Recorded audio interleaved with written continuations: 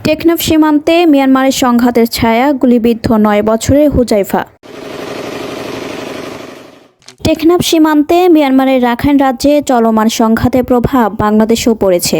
সীমান্ত থেকে আসা গুলিতে মাথায় গুরুতর আহত হয়েছে ৯ বছরের শিশু হুজাইফা আফনান। বর্তমানে সে চট্টগ্রাম মেডিকেল কলেজ হাসপাতালের আইসিইউতে লাইফ সাপোর্টে রয়েছে। হুজাইফার চাচা জানান, শিশুটি খেলতে বের হলে সীমান্তের ওপার থেকে গুলি চলে আসে। চিকিৎসকেরা বলছেন অস্ত্রোপচার করা হয়েছে, তবে গুলিটি মস্তিষ্কের ভেতরে থাকায় সরানো যায়নি। মস্তিষ্কের চাপ কমানো হলেও অবস্থা এখনও সংকটাপন্ন। মিয়ানমারে কয়েকদিন ধরে বিমান হামলা, ড্রোন হামলা ও স্থল সংঘর্ষ চলছে। এর প্রভাব পড়ছে সীমান্তবর্তী টেকনাফ এলাকায়। বিস্ফোরণে কেঁপে উঠছে গ্রাম, গুলি পড়ছে বসতঘর, চিংড়িঘের ও নাফ নদীতে।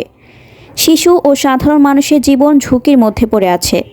স্থানীয়রা দ্রুত পরিস্থিতি নিয়ন্ত্রণে আন্তর্জাতিক উদ্যোগের আহ্বান জানিয়েছেন।